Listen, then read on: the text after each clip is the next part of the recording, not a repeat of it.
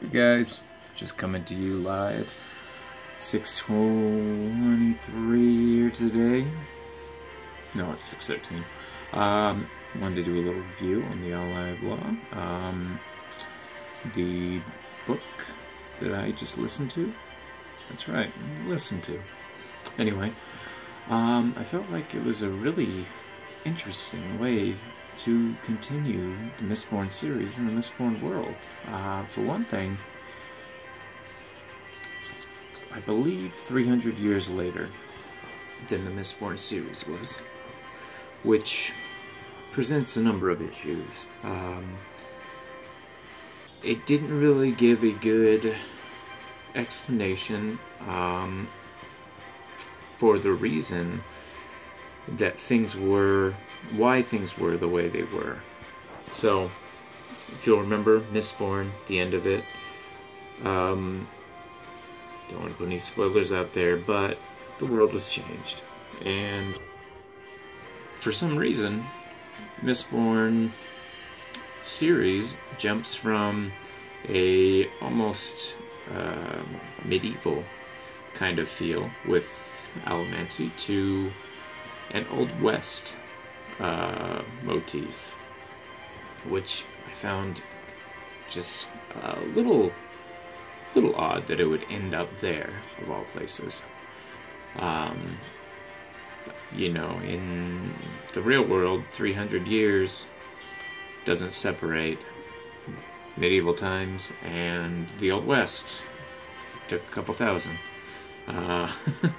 Maybe 1,000 to be on the safe side, but anyway, I enjoyed many aspects of the book. My primary concerns were just that transition period, the little explanation involved, and why the world is the way it is right now. I mean, we all know, if you haven't read the Mistborn series, you don't all know, so I won't say anything about that.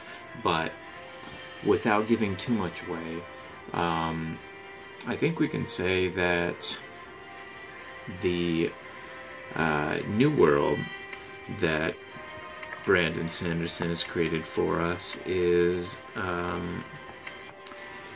kind of just bizarre in many ways, and I don't take that the wrong way because I did like the book, but it just wasn't what was expected after what I would have expected after the series of events that happened in the Hero of Ages and the huge cliffhanger it left off on. I mean, it was a resolution, but let's be honest, it was a cliffhanger.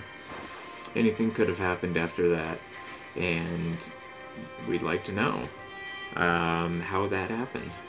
But back to the book. The characters were well developed. I think they had proper motivation for the actions they took, especially Waxillian. I liked the revisitation of the Kandra and seeing why,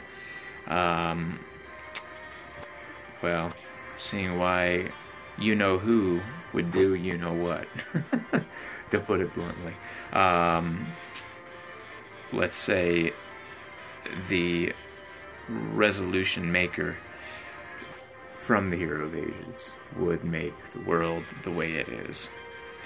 You'd think that after 300 years he would have a little bit more practice in designing a world that really would be more idyllic than the one that we found in the All Live Law. So, other than that, the book was good. It had a lot of good points in it. The Old West feel was fun, even though it was a little perplexing at times. I think that the other secondary and tertiary characters were well developed in that they contributed to the story and just kind of moved the book along at a stable yet rigorous pace. And What also interests me about this series is the length of it. The original Mistborn series, those motherfuckers are long, if you remember. They were huge. And then the second series, it almost feels like, and Brandon Sanderson, his other books, The Way of Kings, Chronicles, Mistborn, Steel Art, they're long. They're long books. And then Alloy of Law is almost, don't quote me on that, but maybe half the length of Mistborn and the Well of Ascension, Hero of Ages. So it was kind of a different turn I think he was taking. Maybe he was experimenting a bit with what he was trying to do with writing at that point. Maybe trying to do something a little different. But I don't know. Anyway, that's how I felt about the book and the series in general. If I had to pick one out of Shadows of Self and Alloy of Law, and what's it called?